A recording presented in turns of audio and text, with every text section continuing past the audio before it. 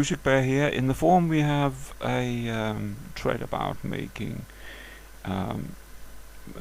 better instrument in, or rather making one instrument in particular, making a patch for, or preset for strings. And I promised I would show how to make simple strings, and we're going to use triple oscillator for this. And the first thing that we're going to see is that strings actually are built out of saw waves and square waves. So we're going to choose these as the waves. And the third oscillator we're going to pull out of this for now. We're going to do something with it later. But this is the basic sound of, or rather wave shapes of strings. And we're going to use the default configuration for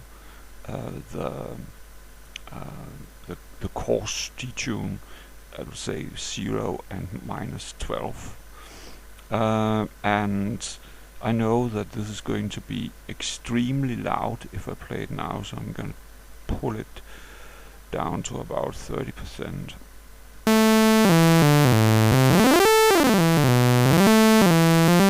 And that's how it sounds. Not very string-like, but that's because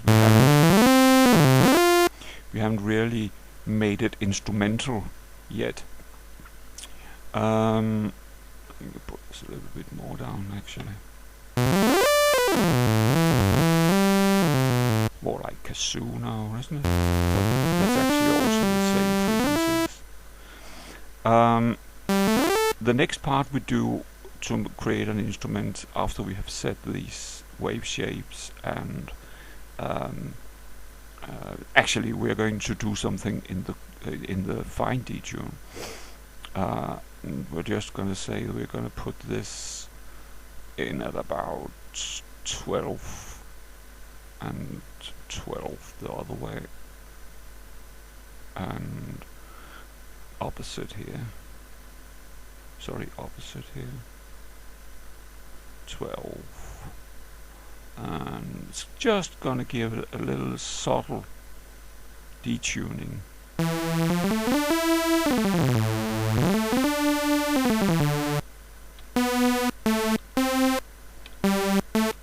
Less kazoo and more stringy. Right, so that is the first part we do here in the first tab. Next tab is all about making it an instrument, because in this tab we have the envelope. That's how the sound is going to travel through time, and we have the low frequency oscillator. That's this guy here. We're gonna use that. I don't think so. We could put in some. Well, let's see. The envelopes is here, is where we're going to make sure that the instrument acts as that kind of instrument we are going to make. If it was a piano, for instance, we wanted it to go in a reasonable hard attack and then wing down, right? It's just, but this is an organ sound really, so we want it to be like when I press the key it comes on, and it stays on all the way through until I release the key. And that is, I want to have it to sustain as long as I need to. So I'm going to pull the sustain all up, and I'm also going to set the amount of modulation all up. So now I have full sustain and full amount. So when I press a key, better move this up here so I can see what I'm showing you. When I press a key now, You can see it stays, the sound stays on for as long as I keep down the key, the full sustain. But I also want to have a little bit more instrumental like so it won't come on like that in a real instrument. I also want to make sure that I never experience any attack clicks, no matter what frequency I use. So I'm gonna put in an attack. That's always good to do, about 0.02. It's almost not audible.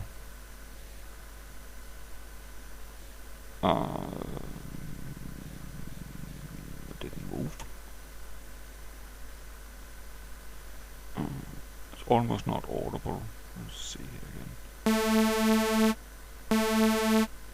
Still fast attack, but if I just to demonstrate, then we have something completely different.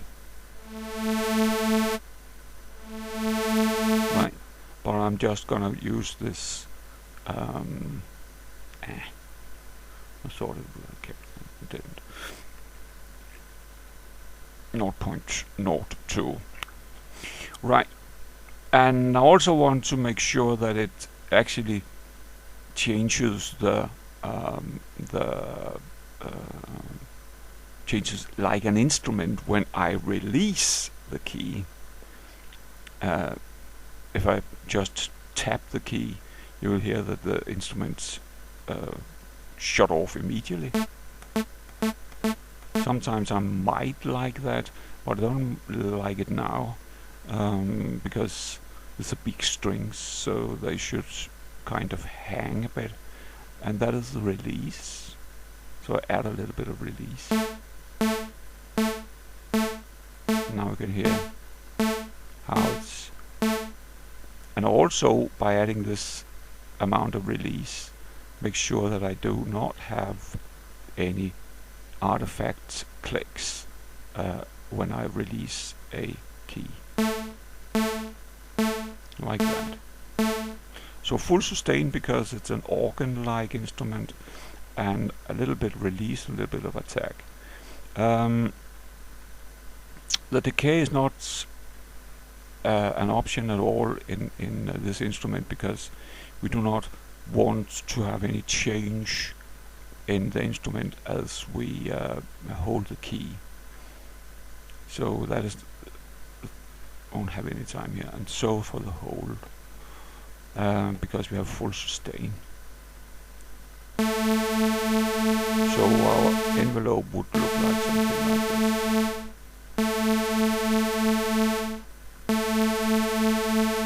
Right. That volume envelope. We have one envelope for each of these two also, and the cutoff is this frequency knob down here, so we can actually make that act inside the envelope with these dials here. We're not going to do that now. Only do something in the volume. But we are going to add a filter, and we're going to use a low pass filter. Not necessarily this low pass filter, because that's the default one, but we have many others. We have a low pass 24, and I kind of like that, so I'm going to add that. And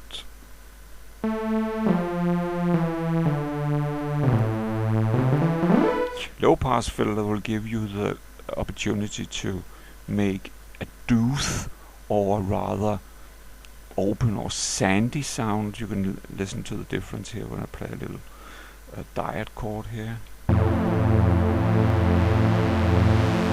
it opens. And you'll also have that sandy sound. You can emphasize that sandy sound by adding more resonance, but be careful when you pass the middle value, then you can start to have whining. This is how the sandiness rises. The sandiness rises.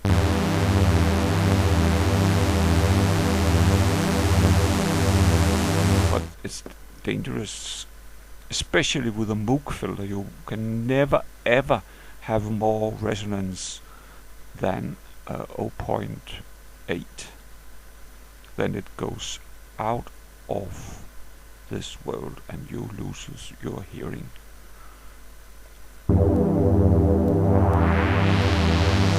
Yeah, this is the reso sound, like it's useful for dubstep, of course, but you have to be careful that you like. So we have to be careful that we don't do that. That's more natural.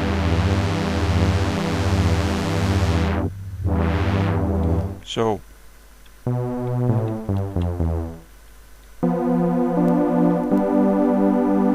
already we have something that sounds like strings. But we're going to make it much better because, as I've shown in another video, we can make instrument much better by adding an equalizer, and we're also going to add an effect here, and we're going to add the effect first. The effect we're going to add is a vintage delay. Just write vintage or win, and then I get this guy, vintage delay. And vintage delay make it possible to well, delay the sound, but we're not gonna delay it like in a plug. This is pluggy. Well, we have to add some amount, of course. Sorry. Listen. Ding ding ding ding ding ding. We're not gonna do that at all. We're going to put it all up. We're not going to subdivide it at all, and the amount perhaps a little bit more. This setting here will give us this effect.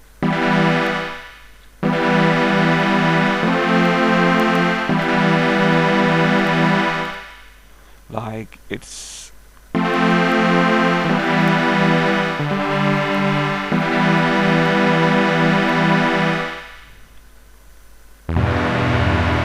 and perhaps we should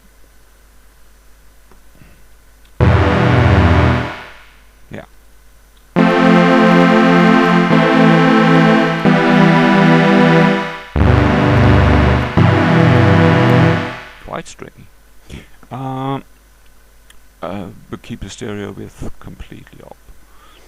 And the last thing we're going to do is going to add an equalizer. And I'm going to use the so-called 10-band equalizer. You'll also see the other where I do a little bit more maybe. This frequencies here, they belong to the kick drum, so we're gonna take that all out. And what I normally do here is to add. I've got to scroll this a little bit here now. I think I have some notes here, right? And then I will just open those notes, and I hope I can find.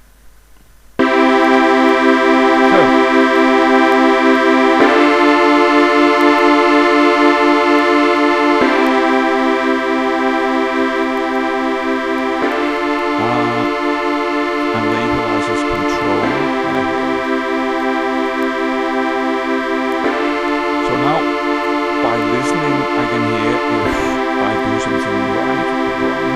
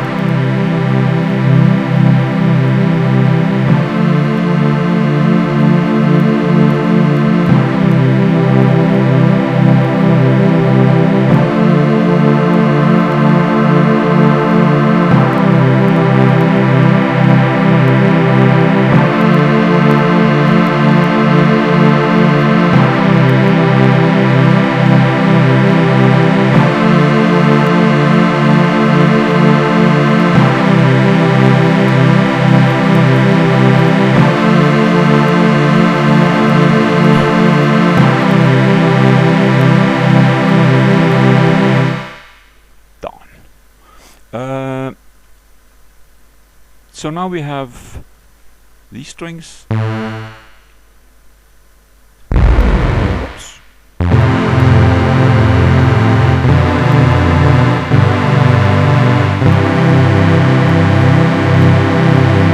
I think it sounds pretty well, actually.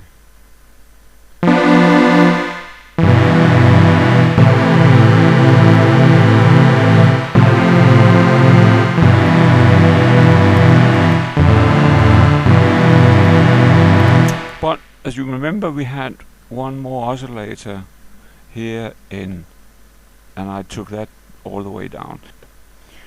The last oscillator here, if we add this, then you could emphasize any of the wave shapes you like. For instance, we could emphasize the saw wave.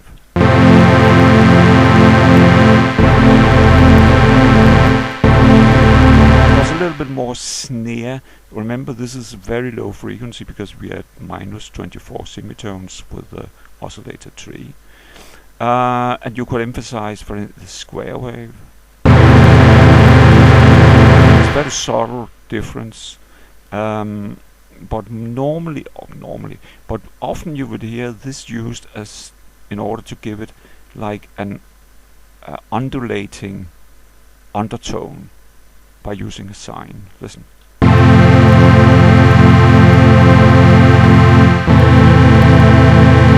It's indeed a very subtle change, but it is change, and let's just keep it there.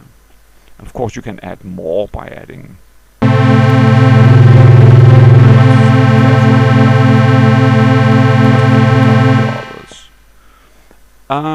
and the rest is actually when you mix and add more or less sound in the mixer. Let's listen to the final result and try to fiddle a little with frequencies.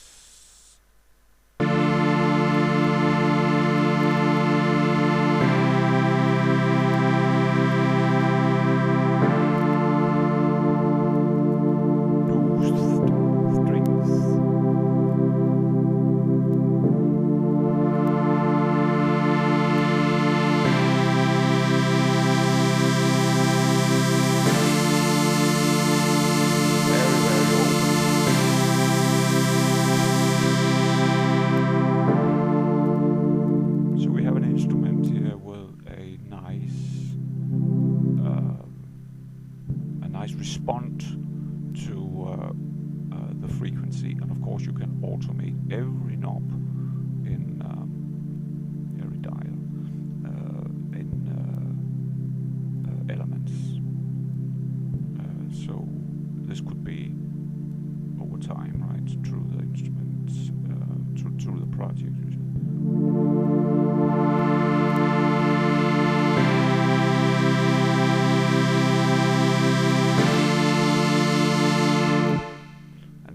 You wouldn't have so cheesy a progression, or I'm not going to call that progression actually.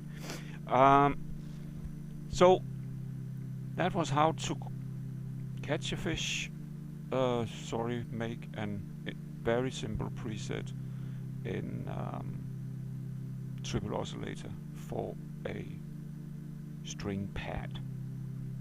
I hope you enjoyed this, and have a nice day. Bye bye.